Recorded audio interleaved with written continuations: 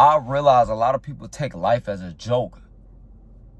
They joking all the time. Everything funny. Or even when shit's serious, they'll laugh their way through a serious situation. Have you ever been around somebody that laughs or smiling when shit is like deep and thick in this, like you deep and thick in the situation of adversity, and a motherfucker trying to smile and passively get through it instead of just confronting it and standing on it. You know what I'm saying? For example, like if you ever in public and y'all start to have an uncomfortable conversation, like you and a coworker, you and a customer, or you and the cashier or whatever, or you and somebody in the store, you'll notice there'll be people around that are serious, that are looking in like, hey, what's going on there? And the people that are trying to like smile their way through the situation, like, you know what I'm saying? It's just like, yeah, you can and squeeze and weasel through life and shit like that. But when it comes to your life, bro, it's not a game. When it comes to your reality, controlling yourself, being the person you want to be, destroying bad habits, whatever it is you're trying to accomplish in your life, bro, that shit's not a game. So you can laugh about your destiny all you want, or you can laugh about how people, what they do, right? Because I might post TikToks and randomly I'll get comments like, well, these people don't, like, they think I'm trying to, like, get fame from this shit. You know what I'm saying? Because a lot of people, they think it's a game. They on the internet, they watch these people all day. They don't understand that you can make 5-6 figures off the fucking internet. You know what I'm saying? So they think you on here just talking about these people and shit but then I'll be having to realize, like, okay, everybody comes on the internet and they're watching these topics, they brain dead anyway. So I can't be mad at them for not even realizing that I'm making content. You feel me? So I'm more of a serious person. I've always been a serious person ever since I was in school, bro. I remember I had niggas tell me, bro, don't try to grow up too fast. Bitch ass nigga, you don't even know me, bro. I remember I had a nigga tell me that in school. I'm like, nigga, the nigga that told me that his family owned a business, nigga, he already set financially. Nigga getting all the girls. Nigga got all the Jordans. He didn't live how he wanted to live. Or that nigga already didn't, what they say, peak in high school. So when the nigga told me that shit, I'm like, nigga, you don't even fucking know me, bro. Nigga, I was sleeping in a fucking studio apartment my whole high school and middle school on the floor.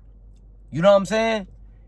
And when a nigga said that to me, I remember he said that to me, bro. And he said it out of good heart and faith. Like, he didn't want to see me crash out and shit like that. But I'm like, nigga, you don't know me, bro. You don't know what the fuck I got to do to survive out here. Because when I dropped out of school, everybody was looking at me like crazy. Everybody. And you know what's crazy, too? This is how you know niggas be playing. Because when I was talking about dropping out, I was talking about it with multiple people. I'm like, bro, we finna drop out, do this, do that. They're like, yeah, bro. As soon as it was time to do this shit, nigga, I was by myself making that decision. And that's taught me a cold lesson about life. Don't ever jump off the bridge because you think, come on, guys, 1, 2, 3. You gonna jump off and realize none of them niggas jump with you. And from that day, I knew, like, yeah, I'm done. I'm done with my hometown. I'm done with all this shit. I'm moving past this shit. I didn't have enough. I couldn't muster up the energy at the time. It took me a few years, but then I got out of there. It took me 2 years to get out of Oakland. Good timing. Good job. Good job, Larry. I made a video yesterday. I said I can't work an 8-hour shift, even though I work every single day. You know what I'm saying? I work every single day. I just don't work 8 hours consecutively, like just straight full 8 hours. But I work all day, every day, for real. But niggas in my comments was like, oh, soft hands. Then a nigga said, I work 8 hours every day. Why can't you? Then a nigga said, that's why you gonna stay broke. This and that. Yeah, like if you somebody that always make a joke of things, or you playing around and everything is just funny, or you like you one of them type of people, bro, like you gonna always perish inside. To the outside looking in, it may look like you always like cool and you get the last laugh, but people like that, I know they suffer inside, bro, because when shit not funny in your life, it's not funny. And for you to sit there and just laugh through it just shows how weak you are. It's like, oh, life fucked me up, but it's okay. It's like one of them trauma bonding mechanisms, bro. When you lock in and say, no, I will not try to get through this shit in a nice way. I will not try to laugh my way through it. I'm going to face this shit for what it is. Because when I laugh, when I enjoy, I want to be enjoying myself. I want to be actually in a joyous frequency, a joyous vibration. There's people that sit there, put out a laugh frequency, and they're not even joyful. That's a demon to me, bro. There's people that put out that playful frequency and there's nothing to play about. That is a demon. That's why even I don't even let my mama play with me when I'm talking with her. She might say something and I'll be like, no, don't put that on me. Oh yeah, your dad did this. No. Yeah, because your dad does. No, don't put that shit on me. That's how you keep generational curses going. Oh, you said don't put this on me. Like they'll be worried about how you said some shit rather than putting a whole fucking spell curse over your child with that low frequency. This is why as you get older, you realize your mom, your pop, your people, they just humans that tried the best they could. Right? So, but they do love you unconditionally, so them the only humans you really got until they don't give a fuck about you. And they can wake up one day and say, fuck you too. But if they real enough, you got your parents that love you forever. You know what I'm saying? And other than that though, bro, nobody, like I don't let nobody play with me, but other than like your people close to you, you shouldn't let nobody play with you. I don't care who it is, bro. Now some of y'all got different like respect levels and shit like that and different little submission levels. I'm already detached from this shit. You see I make fucking content every day and niggas be talking about me. You have to be detached from this shit.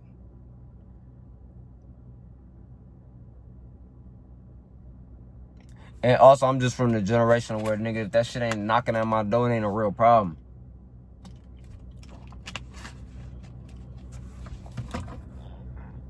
The moment you stop taking everything in life as a game, bro, you'll be able to clearly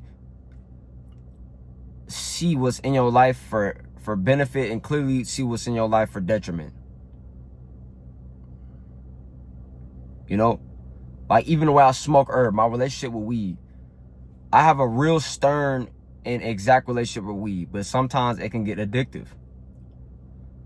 Because of the addictive nature that runs in the family, because of human nature, whatever you want to call it, right?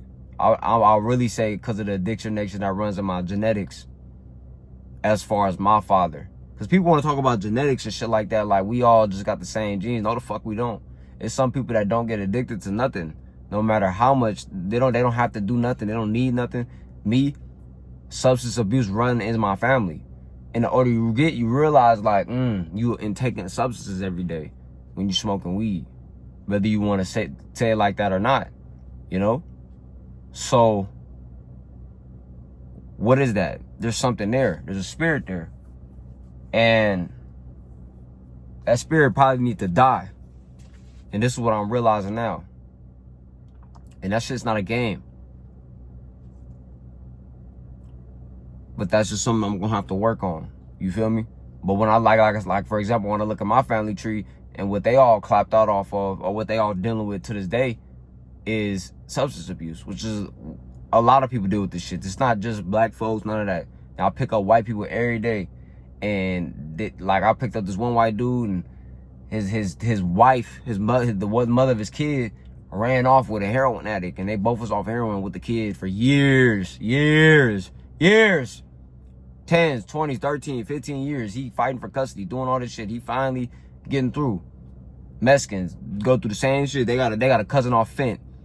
Don't think it's like, oh yeah, you black and you smoke, so you lower, or you white and you smoke. They always want you to feel like you ain't shit or you don't have power. That's why they want you to just laugh it off. But when you really start discerning and weeding through this shit, even though it might be rough and tough, even just having that conversation just gave me more power. Because I'm not looking at shit from a victim mentality, bro. And I realize a lot of people, like, even when I do my work, I do my workouts, do my calisthenics, right? I'm teaching people how to work out, get their gut lean and all this. And you'll have a fucking white boy or some shit be like, oh, yeah, all you need is some food now. Eat food so you can gain weight and bulk up and get bulky and bulky. Like, it's like, yo, are you a faggot, bro? Are you a faggot? Why the hell you worry about another man's body type that deep? I don't go on bulky niggas. I don't go on bulky niggas pages and be like, yeah, you need to get lean. Yeah, man, stop eating so much. What the fuck? A grown man telling you to eat some food, it's like, bro, you wouldn't say that shit in my face, bro. You wouldn't say that shit in my face.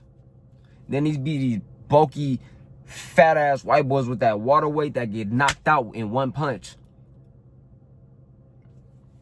You know what it is, though? For some reason, I don't know why this weightlifting and calisthenics shit is such a fucking, like, argument, bro. That's because Speed got that viral-ass clip, and these niggas be taking these clips and posting them every fucking day in every community that causes fucking arguments. So if you try to get into a community and post video or do whatever you do, right? Everybody, but this the thing, everybody playing. That's why I be like, everybody fucking playing. Because I'm not, though.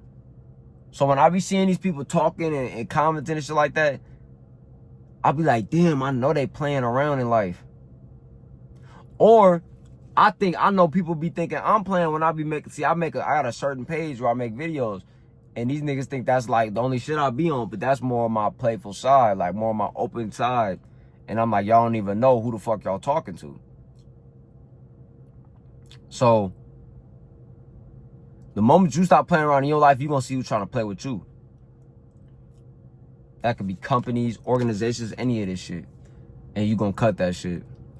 I hope y'all was able to find some value through this video. I'm out. That Glizzer merch is out now, man. I got the white colors coming soon, but so far we got the black tap, man. We got medium, small, large. Lock in, man. $45 a shirt.